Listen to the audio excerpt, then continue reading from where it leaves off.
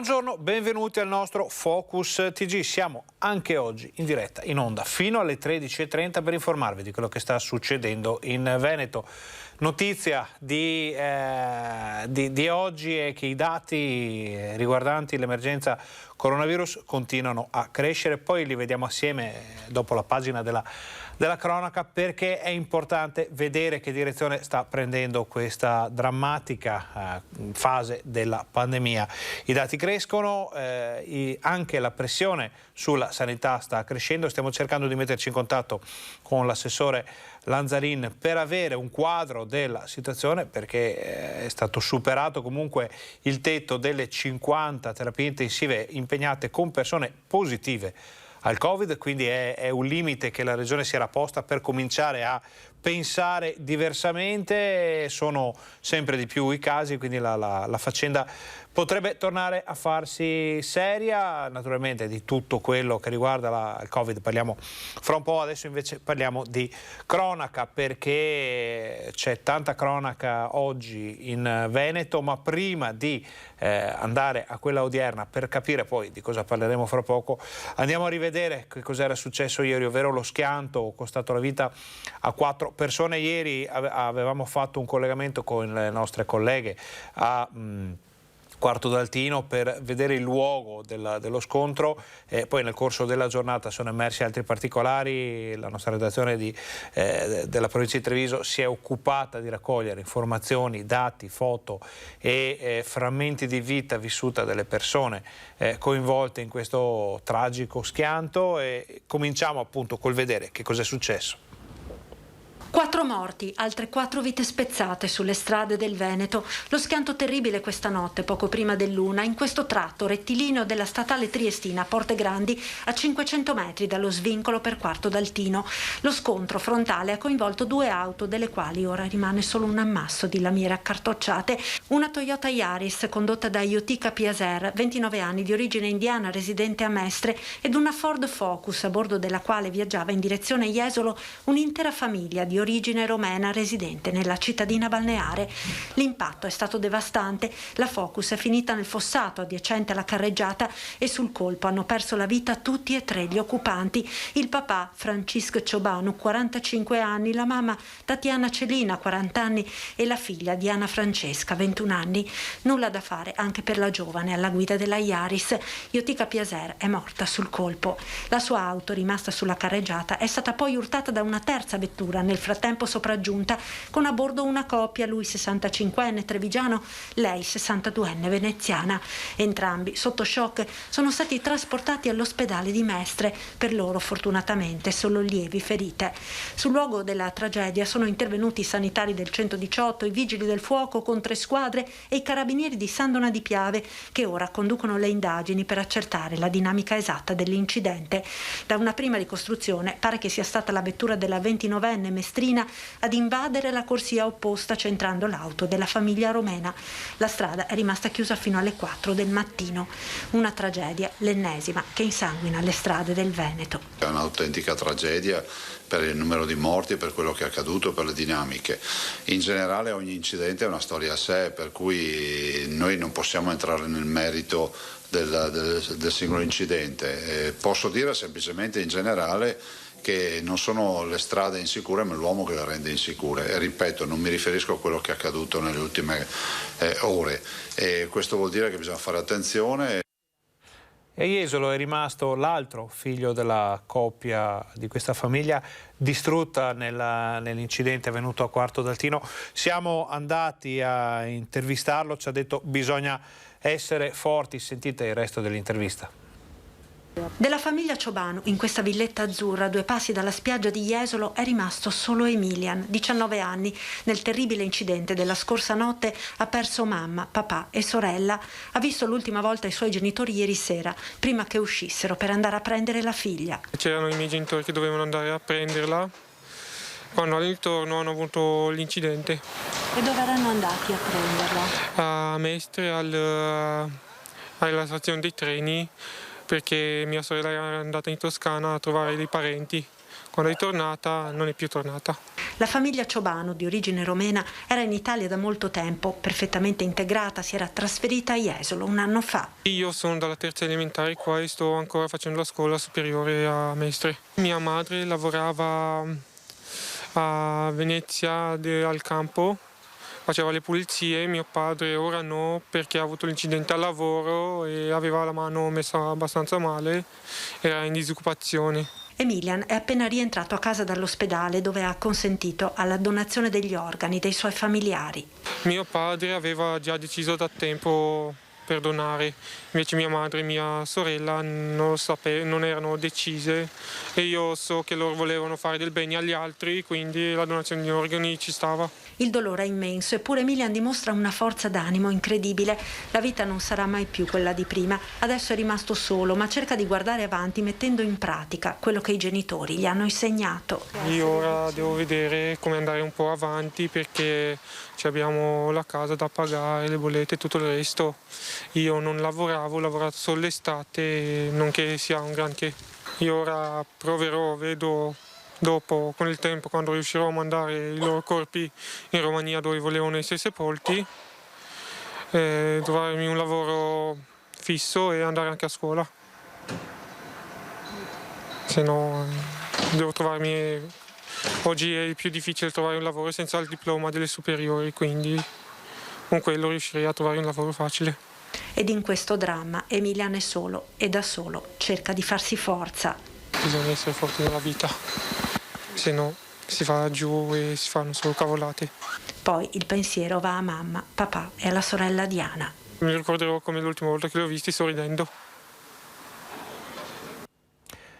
Dopo questa intervista siamo andati anche a sentire le autorità cittadine, siamo andati a Jesolo e Emilian non è effettivamente così solo perché la comunità ha già deciso di stringersi attorno a lui. Il sindaco ha già annunciato cercheremo di dargli una mano, non si sa ancora come, non si sa ancora con che tempi, però l'importante è sapere che non verrà lasciato solo. Purtroppo un incidente che colpisce la nostra città in modo abbastanza brutale e dispiace ovviamente tantissimo. Adesso cercheremo come gli uffici dei servizi sociali di avere notizie e di contattare se possibile il figlio per cercare di vedere se possiamo aiutarlo, assisterlo, eccetera, eccetera, perché giustamente se è rimasto da solo questo ragazzo ha aiutato assolutamente. Si mette a disposizione del giovane Emilian il sindaco di Jesolo Valerio Zoggia come atto concreto di vicinanza e cordoglio. La famiglia Ciobanu viveva da meno di un anno nella zona dell'ospedale, ma già era conosciuta e ben voluta anche in parrocchia. Si stavano integrando, mi dicono, con la comunità che vive vicino, ma non con tutti, anche con noi, con gli italiani, con tutti, essendo rumeni, erano molto devoti, quindi frequentavano molto la nostra parrocchia, che era su quella zona là, Piazza Milano. Il dolore però si fonde con i soliti interrogativi che accompagnano le tragedie sulla strada. La Triestina è tra le arterie più pericolose in un territorio, quello dell'Altinate, già colpito anche nel recente passato. Noi purtroppo nel nostro territorio siamo stati colpiti anche negli anni passati anche da altre tragedie che riguardavano tratti stradali che vanno da Porte Grandi fino a Caposile. Qualcosa è stato fatto, sicuramente ve lo posso dire a memoria che gli incidenti si sono ridotti, mi auguro che si possa fare anche qualcosa per questo tratto stradale, insomma, per cercare di migliorare la situazione ed evitare tragedie di questo tipo. Non c'è solo la famiglia di Emilian distrutta in questa tragedia, ha perso la vita anche una giovane, una ragazza di Mestre. Siamo andati per tracciarne un ritratto, sentite. Iotti, per tutti noi era Iotti, lavorava con noi nel servizio di assistenza ai passeggeri che scendevano dalla crociera e accompagnava i passeggeri e lancioni che poi li portavano nelle escursioni a Venezia. Ha lavorato con noi per un paio di stagioni e ci la ricordiamo come una ragazza brillante, solare, che sapeva fare molto bene il suo lavoro, lo faceva con dedizione e siamo tutti rimasti molto sconvolti dalla notizia questa mattina. Solare e sempre allegra. Così la ricorda Antonio Velleca a nome dei colleghi portabagagli del porto con cui Iotica Piaser aveva lavorato per alcune stagioni. So che si dice spesso di una persona che non c'è più, continua Velleca, però lei era davvero così.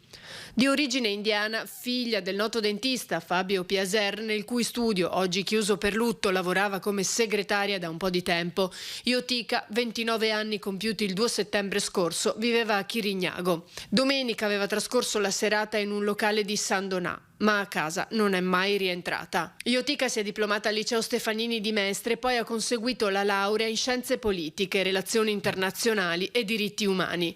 Da poco aveva trovato l'amore di Marco, un ragazzo di Mestre con cui sembrava essere davvero felice, come testimoniano le numerose fotografie che entrambi postavano nei loro profili social. Aveva smesso di lavorare al porto dopo l'acqua alta del 2019 e la crisi della crocieristica, ma la sua speranza era quella di poter ritornare. Dal 2019 che non lavorava più con noi, però ricordo partecipava ai nostri eventi, alle nostre manifestazioni per la tutela e la difesa dell'attività crocieristica, mi ricordo che era sempre presente e che insomma ci teneva e sperava di poter riprendere in presto l'attività. Nel suo ultimo messaggio WhatsApp, ricorda ancora Velleca, ci scambiavamo proprio un articolo in cui si parlava del settore. Tanti messaggi sui social per Iotica, anche dal mondo politico locale. Iotica, sei un angelo, proteggi la tua mamma dalla sua, ha scritto qualcuno. Non possiamo che unirci al cordoglio per la famiglia e a unirci in questo dolore straziante, perché era un fiore di ragazza e in questi momenti qua non ci sono parole. Chiudiamo questa fase della nostra informazione, poi vedremo se i nostri giornalisti che stanno ancora cercando notizie, approfondimenti su quanto è accaduto a Quarto d'Altino ci daranno altre novità, eventualmente sui funerali o sulla dinamica. Insomma, ci sono ancora molte cose da chiarire su questa vicenda. Adesso noi facciamo una brevissima pausa pubblicitaria, voi però state con noi perché torniamo fra pochissimo, come sempre siamo in onda fino alle 13:30.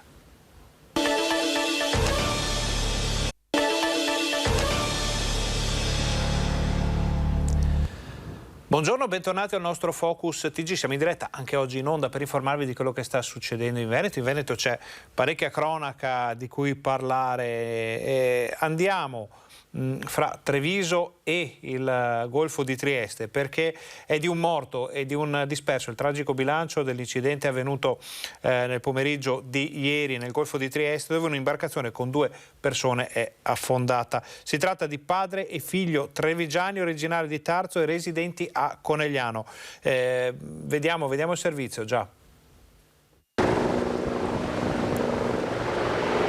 Un morto e un disperso a largo di Sistiana, in mezzo al Golfo di Trieste, spazzato dalle raffiche di Bora. E questo è il temporaneo bilancio dell'affondamento di un gozzo con 2 persone a bordo, padre e figlio, entrambi trevigiani di Tarzo, nell'Alta Marca. L'imbarcazione da pesca è affondata. Non è ancora chiaro se a causa di un guasto o di un incidente. Di certo le raffiche di vento con punte a 80 all'ora non hanno aiutato i naufraghi. Il corpo senza vita del padre ottantenne è stato ritrovato nel primo pomeriggio a 2 miglia circa dalla costiera triestina a largo del castello di Duino. A bordo dello scafo nel trasferimento sulla rotta Caorle-Monfalcone c'era anche il figlio cinquantenne che risulta ancora disperso. Le operazioni di ricerca di Capitaneria di Porto di Monfalcone e Trieste, ma anche dei vigili del fuoco con mezzi nautici e l'elicottero decollato da Venezia sono andate avanti senza sosta fino al tramonto. Quindi è stato fatto il punto sul possibile proseguio nottetempo. Le condizioni meteo marine sono pessime e la scarsa visibilità consente di poter vedere ben poco senza la luce diurna. A quanto si apprende, a dare l'allarme è stato il responsabile di un cantiere navale di Monfalcone dopo aver ricevuto una telefonata dalle 2 persone a bordo.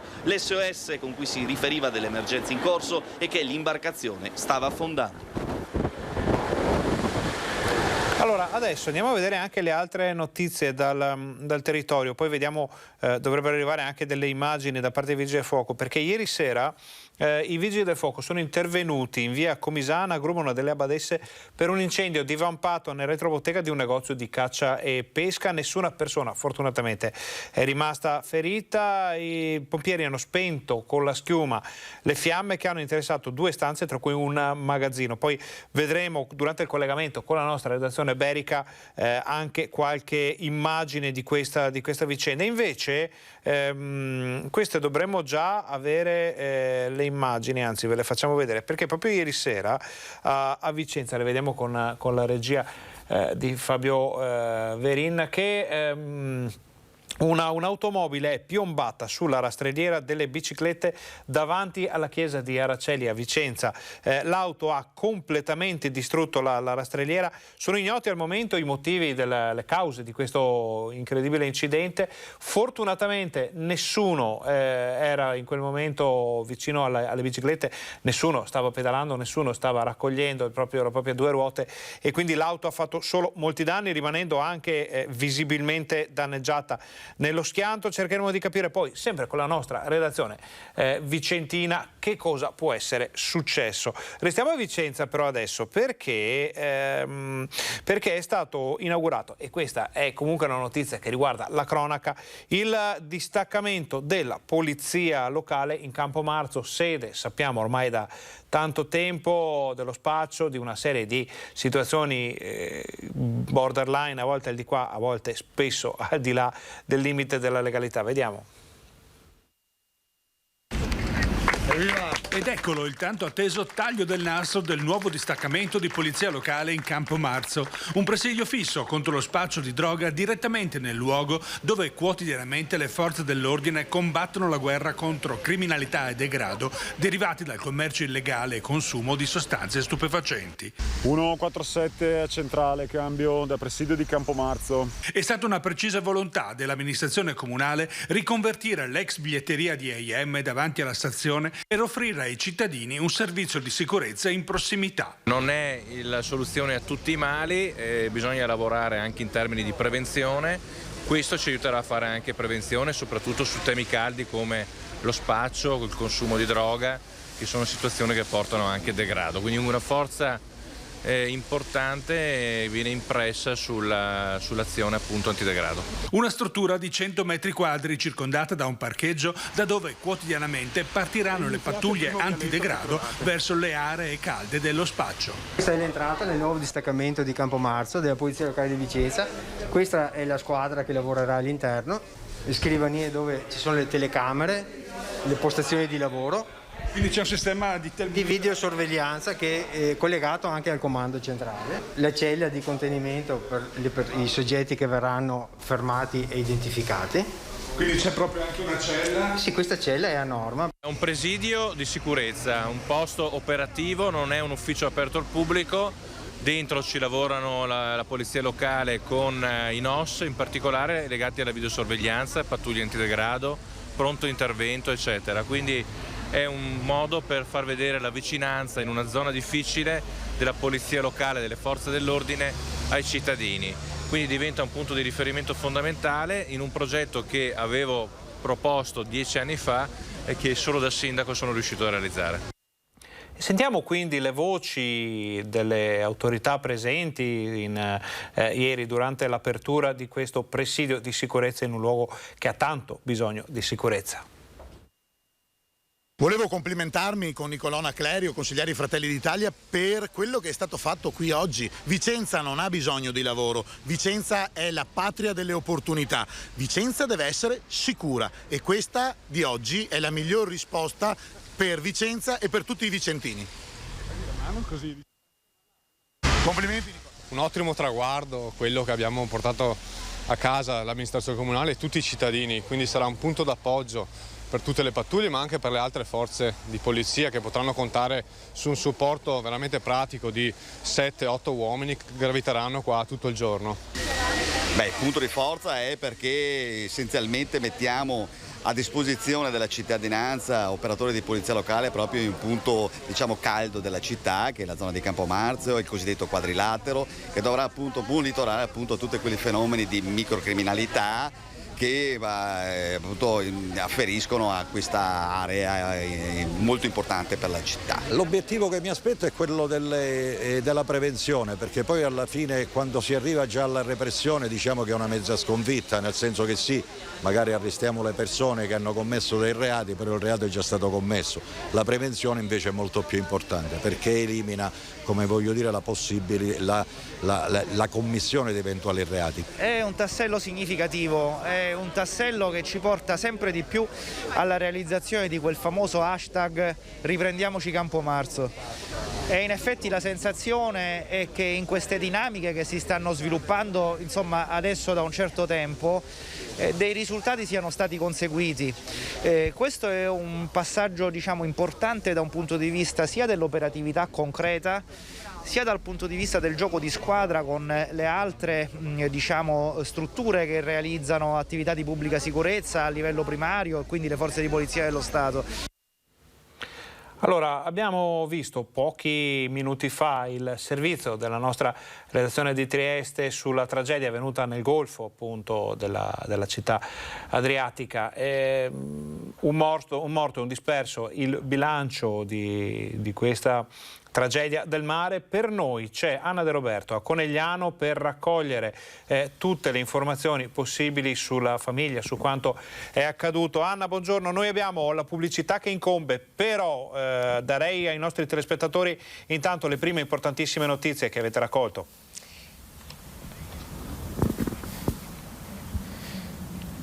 Due notizie, Ferdinando, buongiorno, ciao a tutti e ai tuoi telespettatori. Siamo qui in Via Ciotti il Civico 17, quello che vedete alle mie spalle. Il cancello, la sbarra elettrica è aperto, ma pare sia aperto in realtà già da ieri pomeriggio, le persiane sono parzialmente sollevate, però abbiamo incontrato qui in questa via alcuni amici della mamma di Stefan, moglie di Vittorio Verrongalli, deceduto appunto ieri, trovato in mare, e oggi appunto, come avete detto, continuano le ricerche di Stefan, 51 anni. Abbiamo incontrato alcuni amici che ci hanno detto che la donna sarebbe uscita proprio perché credo che stia trovando ospitalità a casa di altri amici per trovare conforto in questo momento davvero difficile. Le speranze sono finite per Vittorio, ma ci sono ancora, benché appese davvero a un filo, quelle di ritrovare Stefan, e dunque sono appese tutte a quelle Lumicino. Noi siamo qui che stiamo cercando di capire, di parlare con qualcuno che ci racconti qualcosa in più di questa famiglia di imprenditori. Vittorio era un imprenditore tessile, ormai in pensione, si godeva il suo grande amore per il mare che condivideva con il figlio, tant'è che tutti i weekend erano a Caorle, dove si trovava questo gozzo di circa 8 metri, gozzo che loro dovevano portare alla capitaneria di Monfalcone perché doveva di fatto essere messo nella rimessa per la stagione invernale e poi aveva bisogno di qualche manutenzione. Ieri addirittura Stefano si era preso un giorno di ferie, lui lavorava in banca, per poter accompagnare il papà in questo breve viaggio, quello che doveva essere un breve viaggio. Ferdinando, se vuoi lanciamo la pubblicità e dopo ci possiamo ricollegare, dici tu. Noi abbiamo ancora qualcosa da raccontarti. Allora, lanciamo la pubblicità. Ai telespettatori state con noi perché torniamo fra pochissimo, abbiamo ancora molte notizie anche da questa incredibile vicenda.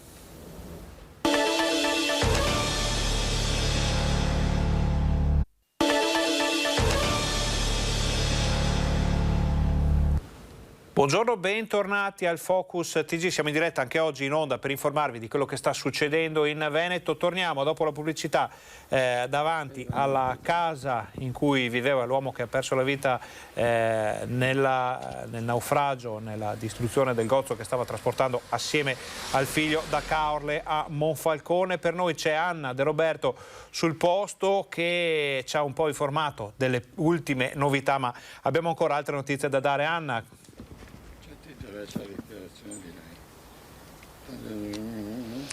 Sì, eccoci. Allora Ferdinando, di nuovo buongiorno. Dicevamo, questo è il quartiere Monticella, è uno dei quartieri più rinomati di Conegliano. La strada Via Ciotti è una strada che si inerpica in alto, da qui davvero si vede tutta la città, zona industriale, ma anche la città di Conegliano da questa villetta. In questa villetta appunto vive Monique, era insieme al marito Vittorio, 80 anni in pensione, grande imprenditore nel settore del tessile, appunto ormai in pensione, si godeva la sua passione per il mare, e qui insieme a loro viveva Stefan, il figlio di 51 anni, impiegato di una filiale di Banca di Marca di Orsago, che è un comune che si trova a pochi chilometri da qui. Dunque loro tre insieme, mamma, papà e figlio, una famiglia purtroppo spezzata. Ieri le condizioni per mettersi in mare, a dir la verità, lo riferisce la Capitaneria di Porto, non c'erano. Loro quando sono partiti da Caorle hanno oltrepassato il tagliamento, sono stati travolti da raffiche di vento che andavano addirittura, pensate, a 100 km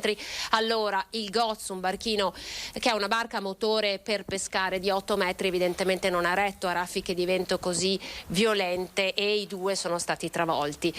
Sappiamo che Vittorio, il papà, è stato trovato morto. Qui abbiamo parlato con un amico, un caro amico di famiglia che ieri era proprio a Monfalcone e ha assistito alle operazioni di soccorso, alle ricerche dei sommozzatori, di vigili del fuoco, e non ha fatto altro che lodare davvero la solerzia con cui questi uomini si sono tuffati in acqua, hanno ripescato il corpo di Vittorio a decine di metri in profondità, e sono ricerche che, come appunto dicevamo, stanno andando avanti anche adesso per cercare Stéphane. Dicevamo la loro grande passione, probabilmente sono stati traditi dal maltempo, ma Stéphane si era preso un giorno di ferie ieri per andare insieme al papà a portare questa barca alla rimessa di Monfalcone, dove doveva rimanere per tutto l'inverno. Evidentemente non volevano rinunciare a questo viaggio. La mamma Monique ieri si è affacciata al balcone, quello che vedete qui alle mie spalle, ha guardato i giornalisti e non ha proferito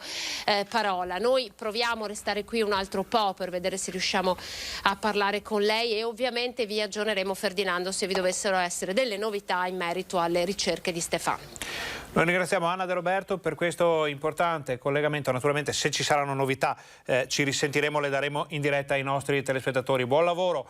Torniamo in studio, ripartiamo da dove ci eravamo fermati, ovvero da quelle che sono le situazioni più complicate per la sicurezza. Addirittura a Padova c'è stata una protesta dei cosiddetti celerini, ci passino il termine che è di uso comune. C'è una vera e propria fuga da reparto mobile. Vediamo. Oltre 120 domande di trasferimento dal secondo reparto mobile verso altre province o comunque altri uffici di polizia in provincia. Questi numeri di quella che potrebbe essere una vera e propria fuga dal reparto mobile di Padova. Anche per questo è stato indetto un sit-in davanti alla caserma di Via Acquapendente a Padova da parte del SAP, il Sindacato Autonomo di Polizia, l'FSP, la Federazione Sindacale di Polizia, e il SAP, il Sindacato della Polizia Penitenziaria. Una manifestazione per rivendicare che i ritmi lavorativi a cui sono sottoposti gli agenti non sono più tollerabili. Chi vuole manifestare lo fa seguendo quelle che sono le norme vigenti, nel pieno rispetto della Costituzione, ovviamente, per chi vuole manifestare, ma chiediamo altresì anche migliori tutele nei confronti dei nostri colleghi. Migliori tutele significa più garanzie funzionali. Chiediamo una bodycam, ogni poliziotto deve avere una bodycam, perché noi non abbiamo nulla da nascondere. Quando interveniamo sulle piazze per garantire l'ordine e la sicurezza pubblica, ogni poliziotto vuole mostrare ai cittadini ciò che avviene. Nonostante i tagli che i vari governi che si sono succeduti hanno applicato al comparto sicurezza, a Padova l'organico c'è, ma è anche costretto a turni sfiancanti. Abbiamo una situazione di non ritorno, per cui questo sit-in è per dare un segnale ai nostri governanti che i poliziotti del reparto mobile, ma possiamo anche dire in generale gli appartenenti alle forze di polizia, non sono dei robot. Servono dei ritmi adeguati, serve il rispetto delle contrattazioni nazionali e decentrate, serve il ripristino della legalità anche nelle piazze, e ci riferiamo a quello che accade e che è accaduto recentemente a Padova con queste frange pur minoritarie ma di soggetti violenti che intervengono nelle cosiddette manifestazioni No Green Pass in centro a Padova. Abbiamo visto scene che sinceramente erano anni che non vedevamo. Legato a doppio filo col tema della sicurezza c'è quello ora dei cosiddetti monopattini, naturalmente non la sicurezza legata a quelli che possono essere i furti o alla criminalità, ma proprio all'uso dei monopattini elettrici. Ne abbiamo parlato con i vicentini, sentite cosa ci hanno detto. Quello che dicono è ragionevole, perché comunque andando in una velocità elevata, se agolatamente se uno di questi rischia di essere o di fare un incidente, rischia di farsi male, non sarebbe proprio il caso. Comunque sono molto comodi per andare in città e vedo che sono molto usati. Sicurezza generale, cioè luci, casco, frecce. E non dovrebbero sfrecciare liberamente per le strade. Proprio adesso una quasi mi stava prendendo sotto. Vanno troppo veloci? Vanno troppo veloci, sì.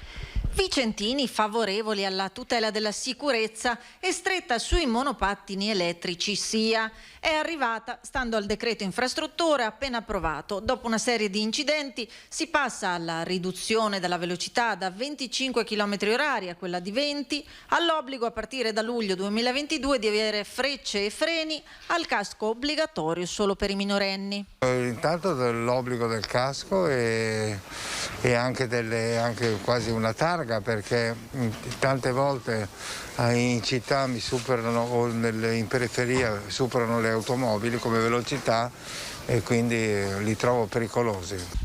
Passando per il divieto di sosta selvaggia sui marciapiedi, con la previsione di apposite zone di sosta per questi mezzi, come avviene per bici e moto, e intanto i vicentini rimarcano la necessità di controlli. Andrebbero controllati come sono controllate le biciclette e gli altri mezzi di trasporto, e anche perché direi che l'evidenza di incidenti sono notevoli e soprattutto perché spesso vengono utilizzati dai ragazzini.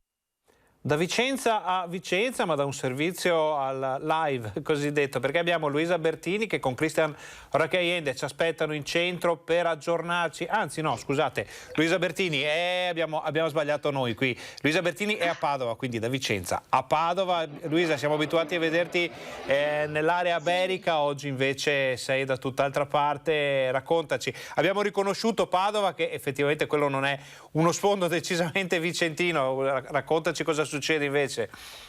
Sì, adesso siamo in piazza Insurrezione a Padova, giustamente. La notizia di oggi è che i No Green Pass stasera torneranno a manifestare in corteo dopo le 20. Abbiamo appena sentito l'assessore comunale alla sicurezza Diego Bonavina che prevede un corteo molto nutrito, così come prevede ulteriori disagi, perché questo corteo potrebbe essere l'ultima volta in cui la possibilità dei No Green Pass di manifestare è prevista in centro storico. Questo perché entro domani verrà verosimilmente firmata un'ordinanza dal sindaco Giordani, costruita insieme a prefettura e questura, che stabilirà questa stretta sui cortei e sulle aree del centro storico. Quindi verosimilmente seguirà il modello Trieste, quindi con mascherina e obbligo di distanziamento di 1 metro, ma manterrà fermo il principio del diritto a manifestare. Tra l'altro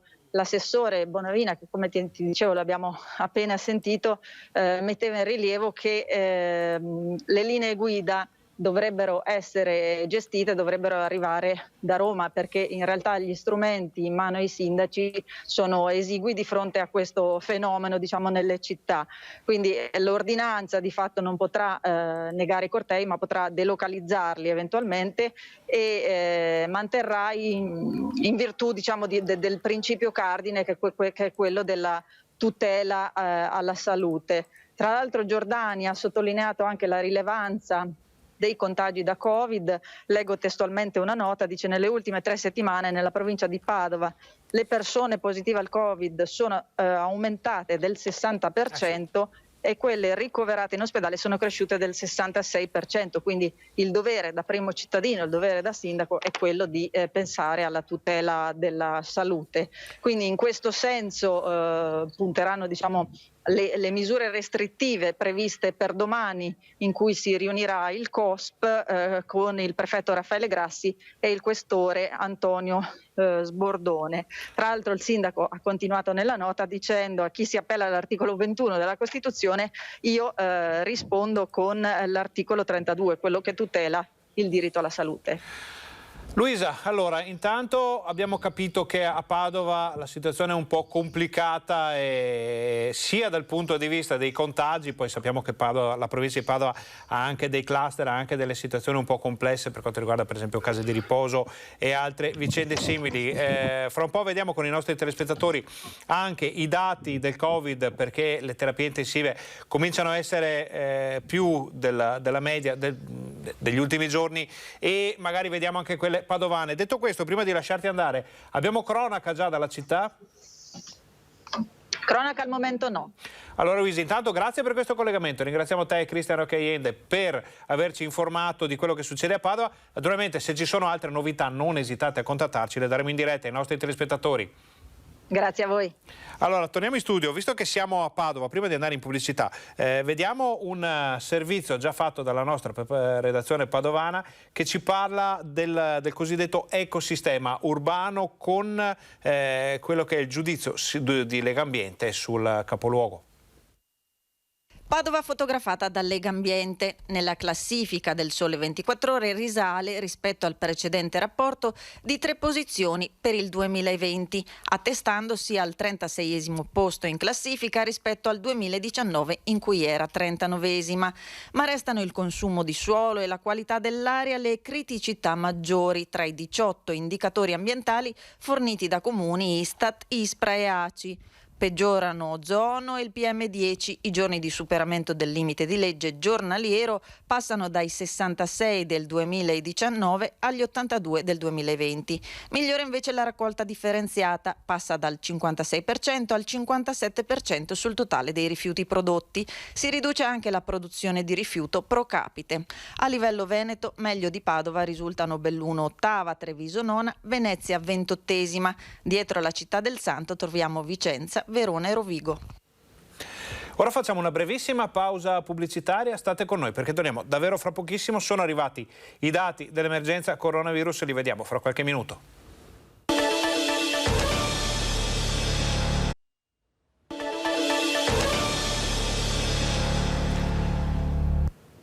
Buongiorno, bentornati al nostro Focus TG. Siamo in diretta anche oggi in onda per informarvi di quello che accade in Veneto. Prima di passare al corposo capitolo legato al Covid, le ultime notizie di cronaca. Allora, a Verona c'è stato un maxi sequestro di droga, una notizia appena arrivata in studio, non abbiamo ancora immagini o altre informazioni. C'è una nota che arriva dalla Guardia di Finanza di Verona che in collaborazione con la Polizia Stradale della città scaligera, nell'ambito di un'ordinaria attività di perlustrazione e controllo del territorio, ha arrestato un 40enne italiano già noto alle forze dell'ordine per reati in materia di stupefacenti. Viaggiava quest'uomo a bordo di un autocarro che aveva destato l'attenzione di una pattuglia della stradale perché malconcio, ci dicono, e con alcune luci fulminate. Insomma, nell'autocarro c'erano 355 chilogrammi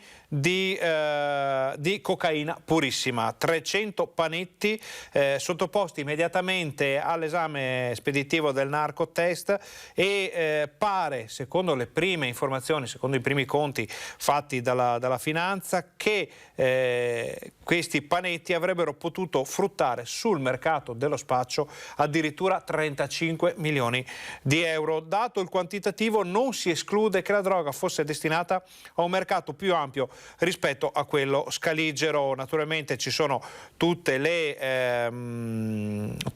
informazioni, poi nel corso della giornata arriveranno probabilmente anche immagini, cercheremo di recuperare qualche video dalla Guardia di Finanza per vedere questo quantitativo davvero ingente. Non ci pare a memoria che situazioni simili siano emerse in Veneto di recente, quindi 35 milioni di euro di valore sul mercato, che ovviamente non era destinato solo a quello veronese. Si comincia a parlare di sicurezza in modo decisamente più importante, perché ormai la lotta allo spaccio continua su tutti i fronti.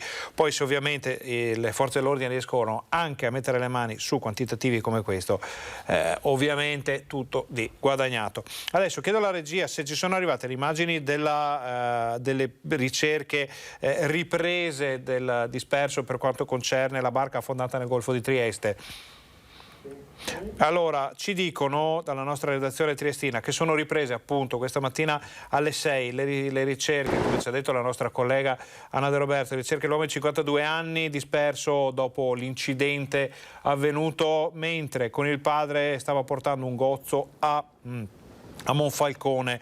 Ci sono, ci dicono i nostri colleghi, motonavi e un elicottero dei vigili del fuoco, l'elicottero della Guardia Costiera coi visori notturni è partito da Pescara e purtroppo non è riuscito a raggiungere il Golfo di Trieste a causa del maltempo. Potete vedere le immagini che effettivamente ci dimostrano un Golfo di Trieste con un mare piuttosto agitato. Padre e figlio, Vittorio e Stefan Verongalli, originari di Conegliano, erano partiti da Caorle diretti a Monfalcone. Nel Golfo soffiava un forte vento di bora. Alle 13 è stato il cantiere nautico proprio di Monfalcone ad attivare i soccorsi. Gli era giunta una telefonata concitata da parte di un diportista diretto al cantiere che affermava di trovarsi in una situazione di emergenza perché la barca stava affondando. Sapremo poi dirvi nel corso della nostra informazione se queste ricerche avranno dato, come sperano in tanti, esito positivo, ovvero magari che il figlio dell'uomo che ha perso la vita sia stato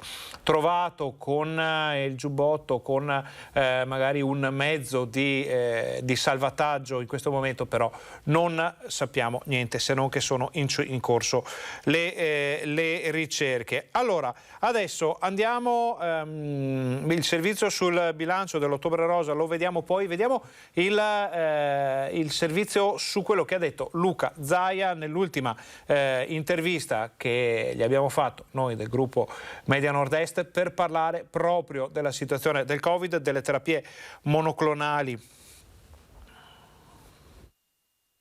Non hanno ancora ricevuto l'approvazione dell'EMA, l'Agenzia Europea per i Medicinali, ma in Italia sono stati autorizzati già dal febbraio 2021 con il Veneto che ha fatto da apripista. Sono gli anticorpi monoclonali, una delle cure più valide contro il Covid, soprattutto se somministrati all'insorgenza della malattia nei soggetti maggiormente fragili. Dei 13.414 pazienti curati in Italia, 2.301 sono veneti e proprio il Veneto è la prima regione in Italia sia in termini assoluti che relativi nel loro utilizzo. A certificarlo in queste ore è la stessa AIFA, l'Agenzia Italiana del Farmaco. Basti pensare alla grande rivoluzione che hanno fatto gli anticorpi monoclonali con i quali per la prima volta si è curato Trump, ricordo, il presidente degli Stati Uniti di allora, oppure le famose 2 pillole che vengono citate come risolutrici di tutti i problemi. Però voglio ricordare che noi non è che possiamo fare i salti di gioia e vivere come non ci fosse un domani perché arriveranno le pillole magiche. Non esistono pillole magiche, bisogna avere attenzione.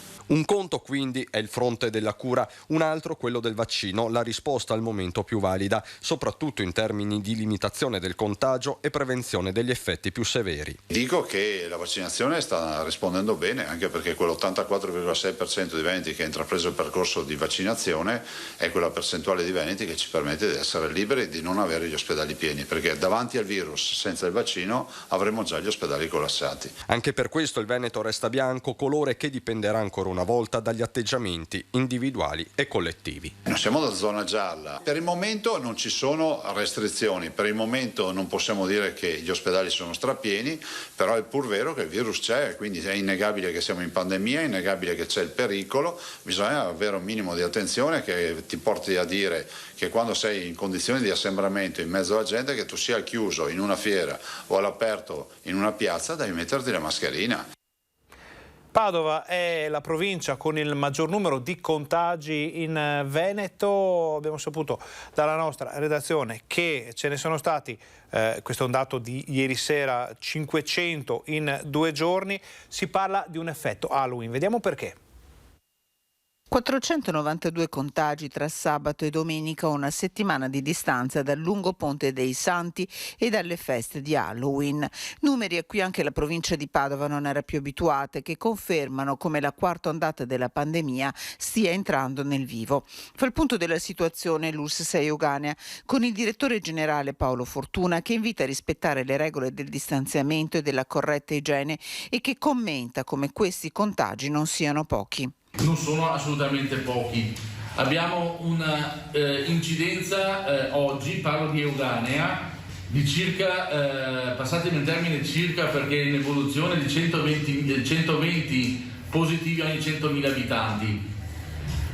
E questa incidenza è maggiore perché siamo più concentrata in alcune aree che sono appunto quelle storiche nostre. C'è l'area appunto dei colli e l'area diciamo dell'Alta Padovana, dove si superano tranquillamente, abbondantemente anche i 150 ogni 100.000 abitanti. Da un punto di vista di andamento di positivi abbiamo visto chiaramente che dopo l'ultimo weekend lungo c'è stato un significativo incremento di positività all'interno della popolazione, nelle fasce d'età sia centrali sia giovanili. Sotto controllo, lo ribadiscono le autorità sanitarie, la situazione negli alberghi termali dove i contagi coinvolgono 8 strutture, 29 turisti, alcuni stranieri e 4 operatori.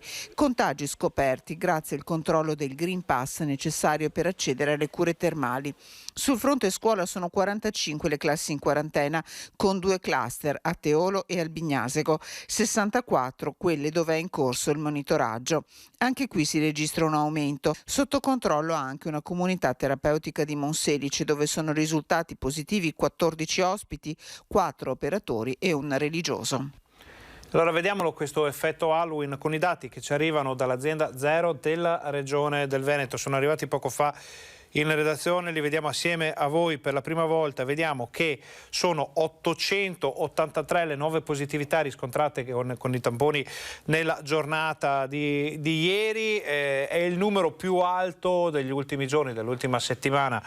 Sono infatti 13.170 le persone attualmente positive in Veneto e eravamo, vi ricordiamo, solo pochi giorni fa attorno a 9.000 unità. Abbiamo ormai polverizzato anche il limite dei 13.000, vedremo come proseguirà nei giorni scorsi. La speranza è che non diventi esponenziale, che non ci sia un picco in crescita vertiginosa, perché vorrebbe dire veramente l'arrivo di qualche problema in più anche per il Veneto. Sono 486.000 le persone risultate positive dall'inizio dell'emergenza, sono invece 461.000 quelle che si sono negativizzate. Purtroppo c'è da segnalare anche il numero di morti che cresce, sono 11.856.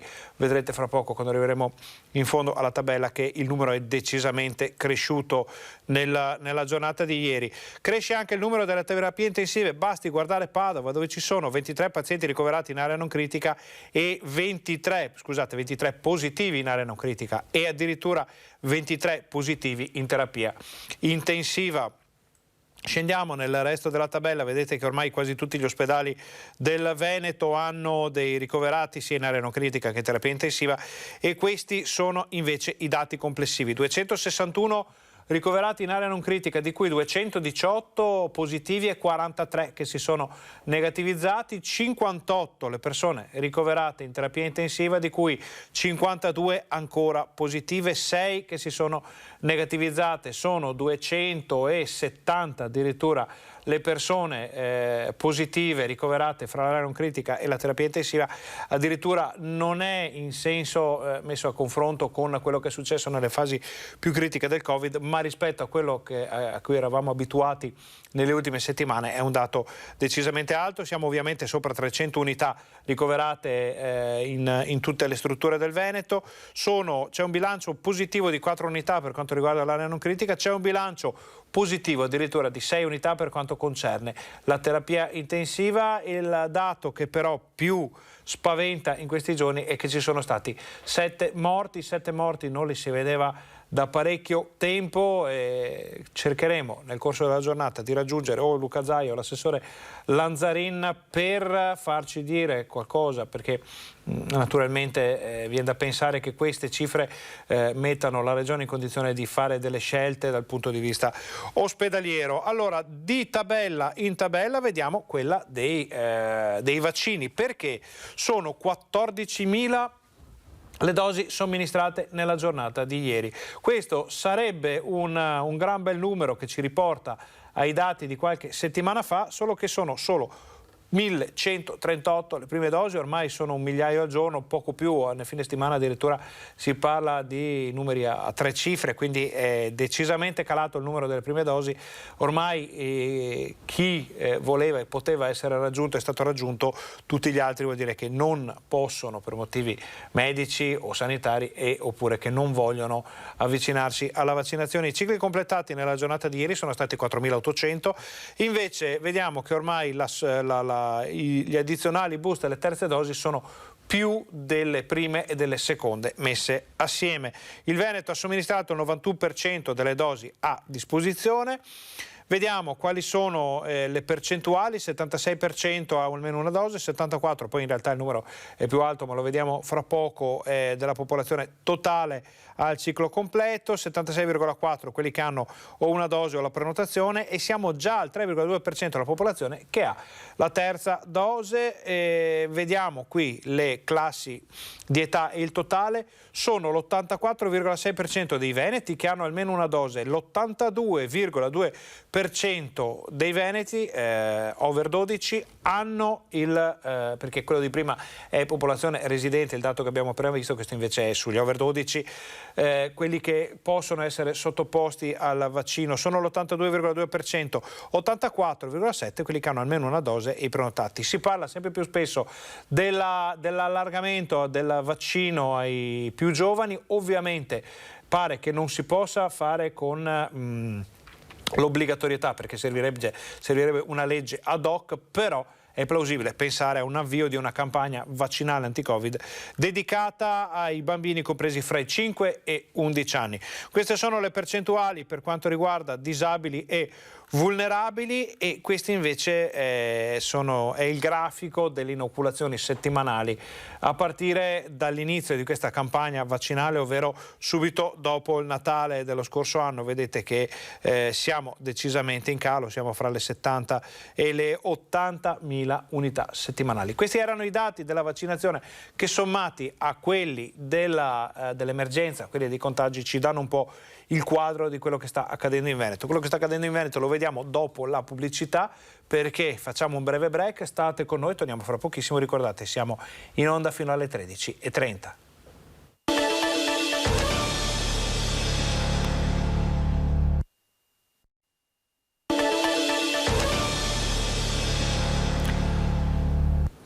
Buongiorno, bentornati al nostro Focus TG. Siamo in diretta anche oggi fino alle 13:30 per informarvi di quello che sta succedendo in Veneto. Allora, abbiamo già sentito Padova, abbiamo già visto le novità per quanto riguarda la Marca trevigiana. Adesso andiamo immediatamente a Vicenza, dove c'è Daniele che ci aspetta per un collegamento. Buongiorno Daniele Garbin, vediamo che hai un ospite, raccontaci, anzi raccontateci. È vero, è proprio così Ferdinando, confermo, siamo a Vicenza, in questo momento approfitto perché in compagnia Carlo Rigona, amministratore unico di MCPS, l'azienda, la società che per conto del Comune di Vicenza si occupa di una serie di servizi di manutenzione del verde e di altre faccende, tra cui anche la manutenzione del cimitero. Ecco, io ne approfitto della presenza, perché in questo caso avevamo portato la segnalazione di una nostra telespettatrice, la signora Miriam, che proprio durante la festività dei defunti ci aveva proprio segnalato il suo dispiacere di non aver potuto per l'ennesimo anno consecutivo la possibilità di portare un fiore alla tomba del padre, che si trova all'interno del cinerario, che è questa struttura all'interno proprio dell'area monumentale. Chiediamo innanzitutto a Carlo Rigon, che salutiamo, che cos'è, 2 parole sul cinerario. Buongiorno a tutti. Sì, il cinerario è una parte importante del cimitero monumentale di Vicenza, dove appunto sono conservate in questa sorta di piccolo tempio alcune sepolture con le lapide di alcuni defunti, appunto, e che da alcuni anni è chiuso perché ci sono dei problemi di natura strutturale. A MCPS, vincendo la gara d'appalto bandita dal Comune, si è accollata l'onere della realizzazione degli interventi necessari. Capisco ovviamente la segnalazione che avete ricevuto, perché in realtà è passato ormai più di un anno dalla firma del contratto, però i cittadini probabilmente non sanno che quando si parla di immobili vincolati le modifiche che in corso d'opera normalmente intervengono necessitano comunque di un passaggio con la sovrintendenza, per cui ogni volta che il progettista ritiene di doversi confrontare con la sovrintendenza, questo automaticamente comporta una sospensione dei lavori. Noi abbiamo montato l'impalcatura ormai un anno fa, ma di fatto i lavori sono iniziati solo quest'estate, proprio per questi motivi.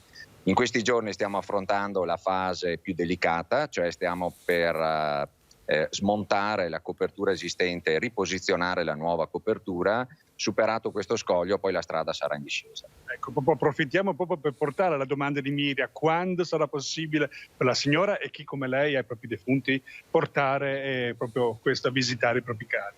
Allora, facendo tutti gli scongiuri del caso, perché non è sempre opportuno, se appunto nelle prossime 2 settimane riusciamo a portare a compimento e riusciamo anche a sfruttare le condizioni meteorologiche che sono apparentemente favorevoli, la posa della nuova struttura, poi nel giro di un paio di mesi concluderemo il lavoro.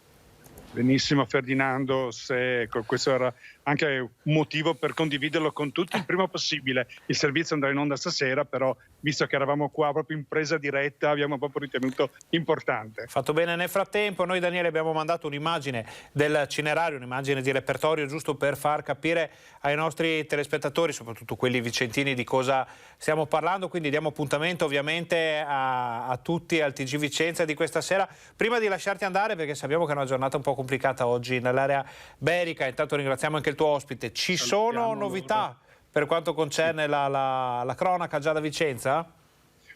Proprio novità immediata riguardo alla cronaca: si risalgono degli incidenti stradali nella notte, per fortuna non ci sono né feriti né vittime.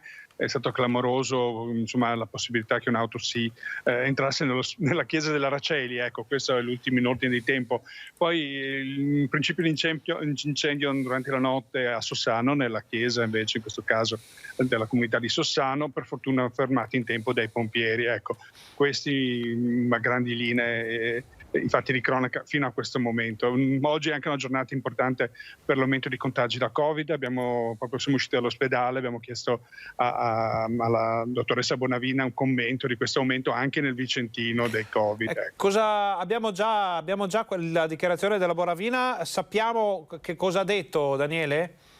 Sostanzialmente lei dice è il frutto dei comportamenti, c'è troppo lassismo, ecco, sintetizzerei così il messaggio della dottoressa direttrice generale. Certo. Secondo lei, ecco, bisognerebbe essere molto più fiscali e rigidi nelle cose proprio i solidi fondamentali: mascherina, distanziamenti e lavaggio delle mani. Questo è quello che dice. Ovvio che adesso la situazione è critica, però non così, certo, come in altre zone. Ecco. Abbiamo parlato, Daniele, per quanto riguarda Padova, di un effetto Halloween. Immaginiamo che possa essere una cosa molto simile a Vicenza. Abbiamo visto i dati generali del Veneto che effettivamente ci mostrano una tendenza a rialto anche per quanto riguarda gli ospedali, quindi aspettiamo il TG Vicenza di questa sera per l'approfondimento anche per quanto riguarda tutta l'emergenza Covid. Daniele, intanto grazie per questo collegamento. Se ci saranno altre novità, noi siamo in onda fino alle 11:30, non esitate a contattarci, le daremo in diretta ai nostri telespettatori. Perfetto. Grazie. Allora, abbiamo sentito le novità vicentine, adesso andiamo avanti, torniamo a Vicenza per il riassunto di quello che è successo nelle ultime ore proprio con l'ULSS 8 Berica. I vertici dell'ULSS 8 dicono i vaccinati rischiano il ricovero 7 volte di meno rispetto ai non vaccinati. Covid che accelera. Nell'ultima settimana sono stati 336 i nuovi casi positivi riscontrati nel territorio dell'ULSS 8 Berica, 137 in più rispetto alla settimana precedente. Di questi il 23% degli utenti è in età scolare e il 27% ha più di 60 anni. Aumentano anche i ricoveri, sono stati aperti 8 posti supplementari in area medica. Ricoveri che salgono a 31, 14 agli infettivi, 5 in medicina, reparti in cui l'età media dei vaccinati è di 80 anni, la maggior parte dei quali con comorbilità e ricoverati non per Covid, spiega il direttore generale Bonavina. Nelle aree più critiche, dei 9 presenti in pneumologia, 7 risultano non vaccinati. Anche i 3 ricoverati in terapia intensiva non sono vaccinati. Ricoverati sono 31, l'età media varia tra i pazienti vaccinati sono circa 80enni, mentre i pazienti non vaccinati sono 60enni e i pazienti in rianimazione non raggiungono i 60 anni. Dall'analisi dei dati il commento del direttore generale: chi è vaccinato rischia 7 volte in meno di essere ricoverato rispetto al non vaccinato. Andando a guardare la prevalenza dei soggetti vaccinati è di 0,4, mentre la prevalenza per i soggetti non vaccinati raggiunge quasi il 3. Di qui l'invito agli over 60 a prenotare quanto prima il richiamo per la terza dose se sono passati 6 mesi dall'ultima somministrazione. La terza dose sta andando soprattutto negli ultra ottantenni che hanno capito perfettamente la situazione, così come era stato peraltro nella prima e seconda dose. E in questo momento abbiamo vaccinato il 23% se calcoliamo degli ultra ottantenni, se calcoliamo anche i prenotati siamo circa al 29%. Invece nella Padovano ci sono molti dispositivi nelle RSA, nelle case di riposo. C'è un monitoraggio in corso per il focolaio all'Abbeggiato di Conselve. 2 casi di positività in una struttura dell'Alta Padovana, 3 in 2 strutture dell'area urbana della città. Continua il monitoraggio nelle case di riposo dell'ULSS 6 Euganea, che ha inviato personale di rinforzo nell'RSA Abbeggiato di Conselve, dove si è sviluppato un focolaio. 58 in questo momento gli ospiti positivi, 4 sono ricoverati in ospedale. Dal 28 ottobre 3 le persone mancate, l'ultima l'ospite di 91 anni morta nell'ospedale di Schiavonia. 3 gli anziani non vaccinati, precisa Maria Chiara Corti, direttore dei servizi sociosanitari dell'ULSS 6 Euganea.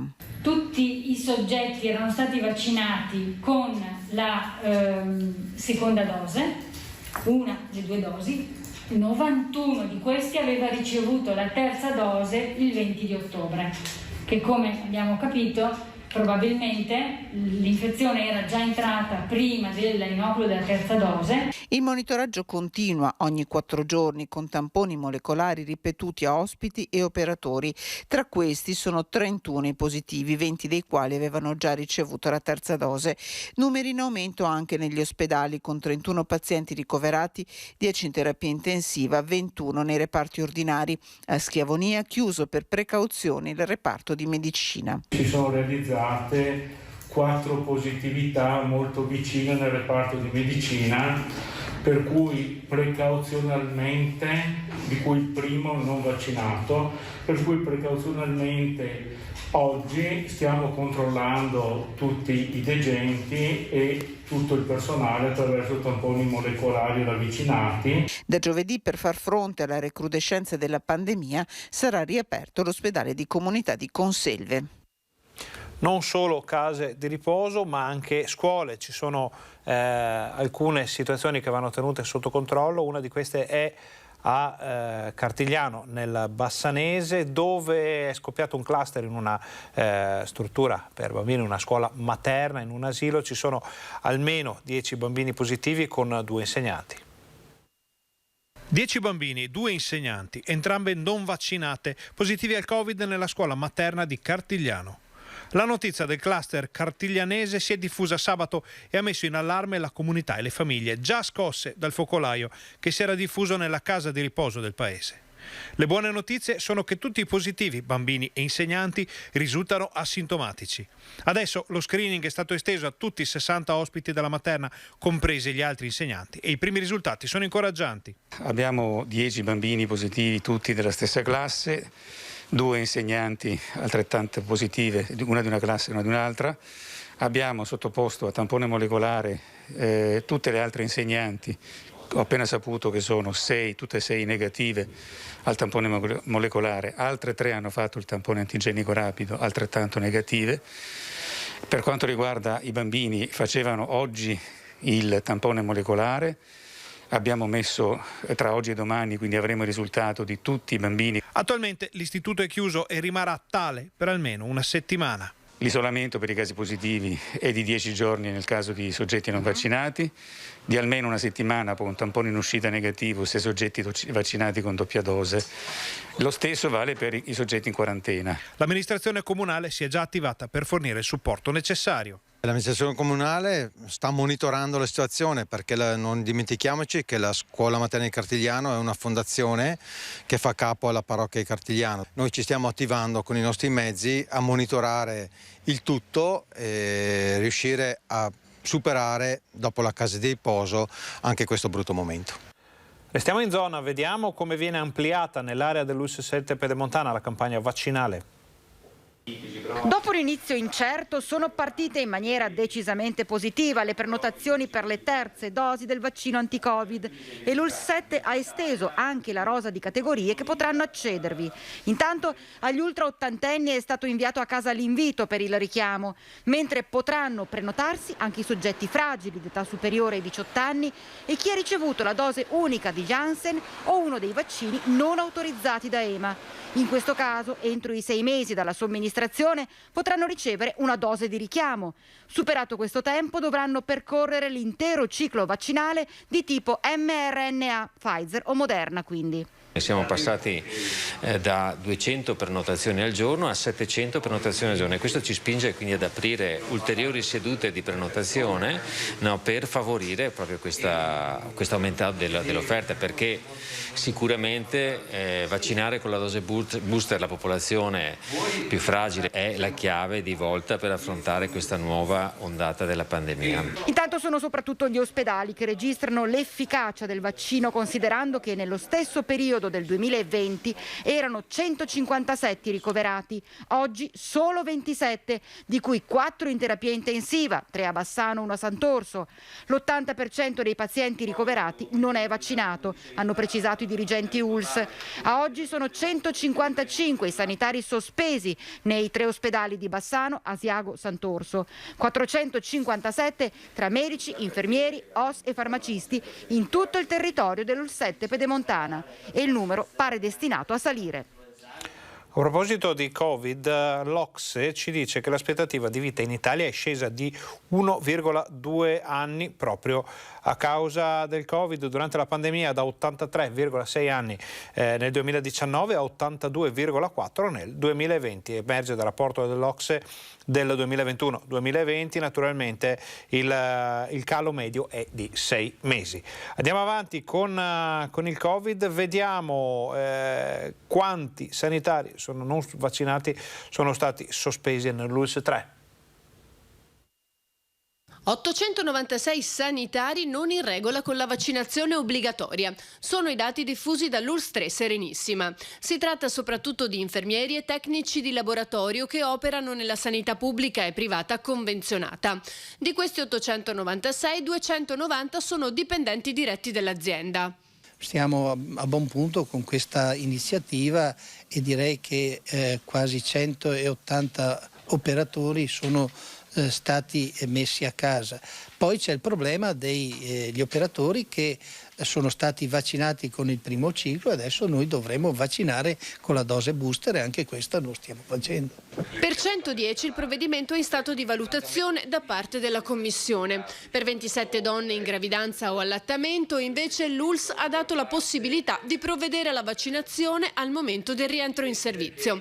Intanto si procede anche se a rilento con la somministrazione della terza dose per gli over 60. Rispondono bene le case di riposo dove abbiamo raggiunto una quantità di persone, di anziani molto significativa. Stiamo lavorando sulla popolazione eleggibile quasi all'80%, sulla popolazione generale degli anziani ospitati circa il 60%, quindi sta funzionando bene, ma le cose stanno andando avanti anche sul resto della popolazione. Noi dobbiamo sempre confrontarci con chi ha già passato i 6 mesi dalla dose di richiamo e anche lì stiamo lavorando oltre il 30-35%. Le persone che avevano per le quali è stata utilizzata l'AstraZeneca poi ritirato quando vanno a fare la terza dose, quindi il passaggio, ricordiamo, dopo i 6 mesi, codificato in questa fase 6 mesi, fanno uno dei vaccini mRNA, Pfizer o Moderna. E relativamente al Moderna, circolare di pochi giorni fa, verifiche fatte, hanno dato l'indicazione che è sufficiente mezza dose, e così vale anche per coloro che hanno fatto il Johnson, che era il requisito degli ultimi periodi. Chiudiamo questa corposa pagina dedicata all'emergenza coronavirus con la situazione alle Terme Euganee. Click Day pronti via ad Abano Terme e Montegrotto, dove le 186 strutture accreditate si sono trovate a fare i conti con il blocco del sito di Invitalia.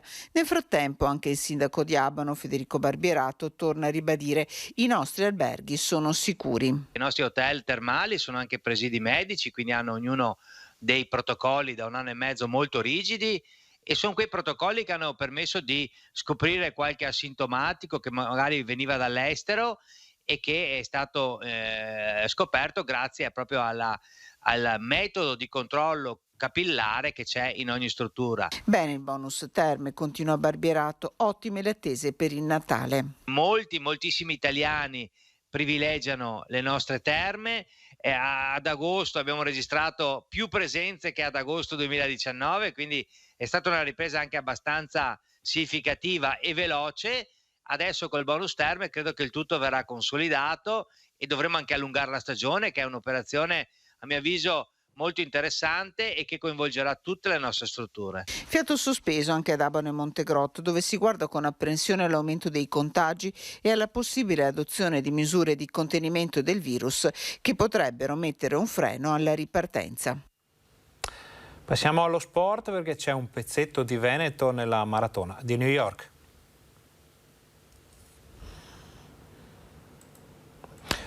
Il servizio su Eyob Faniel.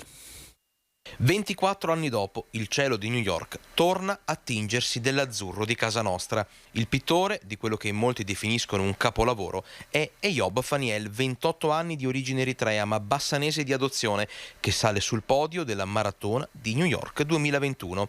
Un'impresa racchiusa in 2 ore, 9 minuti e 56 secondi, che raccontano anni di sacrifici, di scarpe consumate, di allenamenti sfiancanti, ma anche di grandi soddisfazioni. L'azzurro è stato al comando per circa 18 km ed è stato ripreso al 29esimo chilometro. Guai però a dire peccato, perché questo terzo posto vale e vale tanto. Bassano, Cassola, il Veneto e l'Italia intera sono in festa, pronti ad abbracciarlo al suo ritorno. E sì, che di festeggiamenti per Eyob ne sono stati organizzati già tanti, perché lui è primatista italiano nella 10 km, nella maratona e nella mezza maratona. Ha vinto tanto e adesso, alla soglia dei 29 anni, è pronto per fare ancora di più. Prima di dedicarsi completamente alla corsa, Eyob giocava a calcio e ha lavorato come manutentore di piscine. Con la sua compagna, Ilaria Bianchini, e le 2 figlie, ama rilassarsi ascoltando jazz e mangiando pizza. Niente di straordinario, eccezion fatta per quello che di straordinario ha saputo fare. Vi siete sentiti dopo il podio, dopo il risultato straordinario alla maratona di New York?